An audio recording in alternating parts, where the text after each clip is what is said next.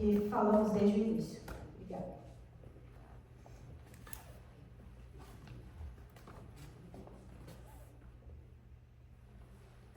João, com a intenção de matar, desfere 5 facadas em Antônio, mas abandona a sua intenção de matar, deixando Antônio viver, embora com lesões graves.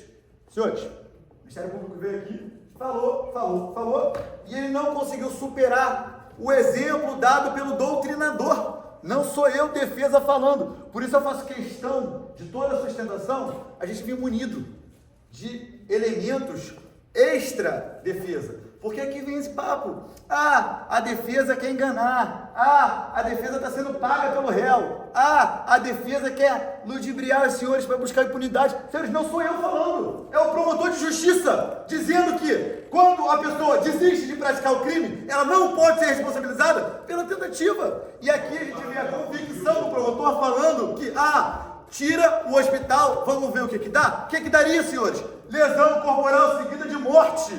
É o instituto previsto na lei que, quando a gente desiste de praticar o seu intento, ele vai responder pela consequência com a culpa. E no caso, em eminência do exemplo do promotor, ele responderia pela lesão corporal seguida de morte, porque ele não quis matar, ele deixou de praticar o crime. E se veio a consequência, a gente exclui o dolo do crime. E a morte tem que excluir de culpa, o senhor sabe disso. Doutor, o senhor já teve seu momento de fala, o senhor falou, rasgou, disse várias coisas, eu não te interrompi, então eu te peço o favor de não me interromper. Sabe o que acontece, senhores? Esse processo é um processo onde a gente não tem prova. E aí, a tática do Ministério Público é tentar atacar, desestabilizar, para buscar a condenação de maneira arbitrária. Eu não sei qual motivo a acusação quer condenar onde não existe previsão. E eu volto a falar, vou ler de novo. Eu quero que ele supere esse argumento. João, com a intenção de matar, desfere 5 facadas. Quantas facadas ele desferiu no réu? 5. Foi grave? Tá bom. Mas abandona seu intento de matar, deixando Antônio viver, embora com lesões graves. Senhores, a doutrina falando, não sou eu, e o promotor ele não consegue superar esse argumento. Aí para ele, tudo é banalizado, tudo a defesa quer banalizar, o instituto é banalizado, e esse é o argumento da acusação. Quando algum parente nosso, algum familiar nosso, ou a gente sentar aqui, vai ter um promotor de justiça acusando os senhores, querendo ultrapassar a lei, buscando condenações de maneira injusta. E é por isso que a defesa vem aqui, de maneira combativa, demonstrar para os senhores o que a jurisprudência fala, o que a doutrina fala, o que a lei fala, para que os senhores enxerguem e julguem, como eu disse, julguem conforme a lei. A lei manda que o juiz deverá julgar de acordo com as provas apresentadas para os senhores. E de acordo com as provas apresentadas para os senhores, a gente não tem elementos, o promotor não conseguiu demonstrar qual foi a razão alheia que impediu o crime de ser consumado. O fato dele ter ido para o hospital não foi o impedimento. O fato dele ter ido para o hospital foi porque o réu deixou. Se o réu não tivesse parado de dar os golpes, o crime não se consumaria.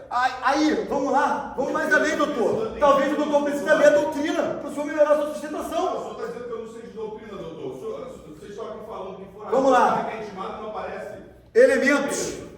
Senhores, aqui é um quadrinho que eu vou ler para os senhores a diferença. Tentativa e desistência.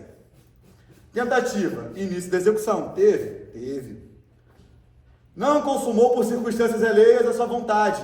Não teve. O atendimento médico. Resultado possível. Sim, aí ele está falando que o atendimento, se não tivesse o atendimento médico, ele morreria. Tá, o resultado era possível da morte. Ele não continuou o crime. Ele não praticou mais facadas. Eu quero que ele me mostre por quê. Quem impediu ele de dar mais facadas? Não tem isso no processo. E se não tem isso no processo, ele não pode ser condenado pela tentativa. Doutor, ninguém pediu ele de dar a facada. Ninguém tirou a faca da mão dele. Ele, por vontade própria.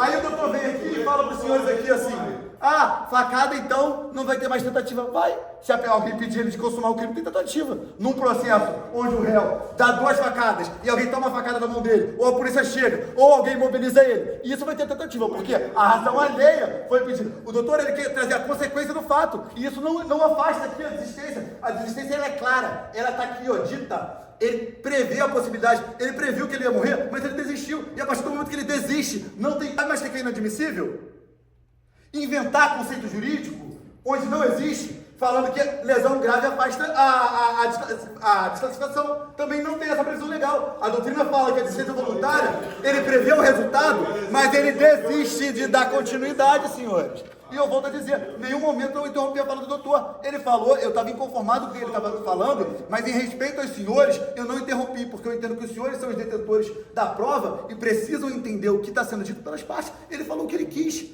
Eu só anotei aqui, ó, para eu fazer a mesma parte, por educação dos senhores, porque eu acho que quando um burro falou, tem que abaixar a orelha. Então, quando o doutor falou, eu abaixei minhas orelhas. E aí eu peço mesmo. De tentativa abandonada, exige voluntariedade. Ocorre durante a execução. O agente abandona o seu dolo antes de se esgotar os atos executórios. E ele esgotou. Esgotou? Ele morreu? Ele esgotou porque o ato executório... Ele morreu, doutor? Ele é o ato que ele... O ato executório do crime de homicídio, qual é? E ele esgotou. Ele esgotou, né? Sim, perfeito, doutor. Perfeito. Pelo amor de Deus. O esgotamento ele ocorre quando tem o exaurimento. Se ele tivesse morrido, ele teria esgotado. Pelo amor de Deus. Então aqui, a doutrina falando, o crime não se consumou por circunstâncias inerentes à vontade do agente. O crime não, o réu, a vítima, ela foi socorrida por quê? Porque ele deixou de dar o golpe.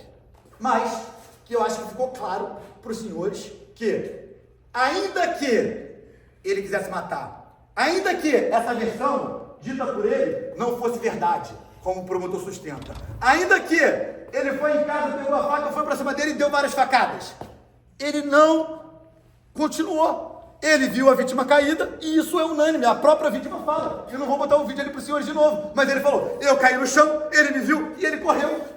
A vítima estava lá, ela não estava esfalecida, ele estava aparentando estar vivo ainda. Se a vítima tivesse desmaiado, beleza, ele achou que concluiu o crime e foi embora. Mas não, a vítima estava viva, levantou, foi embora e ele foi para lá. Então nesse momento ele tinha certeza que ele não tinha matado. E ele poderia continuar e não continuou. E se ele não continuou, aqui a gente tem que reconhecer o instituto, senhores.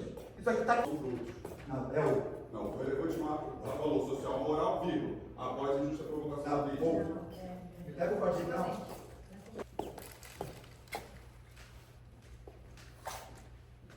Ou sob o domínio de violenta emoção logo após seguida de justa provocação. O relevante valor moral que eu falei. Aqui, ó. Se o agente comete crime impelido por relevante valor social ou moral, ou sob o domínio de violenta emoção. Ou seja, são três possibilidades de aplicação do privilégio. E aqui foi sustentado o terceiro. A gente não está... O exemplo do promotor foi o primeiro, que eu também concordo. Seria caso de relevante valor moral o pai matar os... Eu entendo até que seria uma inexigibilidade contra diversa. Porque eles fossem... Tem que ser logo após a injusta provocação da vítima. Não, doutor. A lei é clara. A lei é clara. Quer ler? Aqui, ó. E foi exatamente o que eu falei, de ser logo após a injusta provocação da vítima. Vou ler de novo para o senhor. E foi exatamente o que você sustentou. Se o agente comete crime impelido por relevante valor social, não tem injusta provocação aqui não, ou moral, ou sob o domínio de violenta emoção, logo em seguida injusta provocação. O terceiro teria que ser. E aí, nesse contexto, é o que a gente sustenta. Por quê? O Evandro, lá no bar, enxotado pelo pai e pelo filho, escorraçado no cachorro, isso não seria uma injusta provocação das vítimas? Ou os senhores vão acreditar que eles falaram, senhor, por gentileza, dá licença. E aí, logo após, porque eles falaram que não daram nem 20 minutos, que ele foi lá e deu a facada. Então, nesse contexto, a gente tem de dar desclassificação, os senhores vão reconhecer a desclassificação e também tem possibilidade de privilégio. A defesa tem a obrigação de trazer todos os elementos, eu tenho que trazer a lei para os senhores, eu não sei o que cada um dos senhores estão pensando. Então eu preciso apresentar todos os elementos previstos no nosso ordenamento jurídico para que os senhores decidam qual é a melhor decisão. Aqui não é uma tentativa de qualquer coisa, como foi dito, não. Aqui é apresentar a lei para os senhores. Eu disse que o meu compromisso era apresentar o processo e apresentar a lei, e eu fiz isso.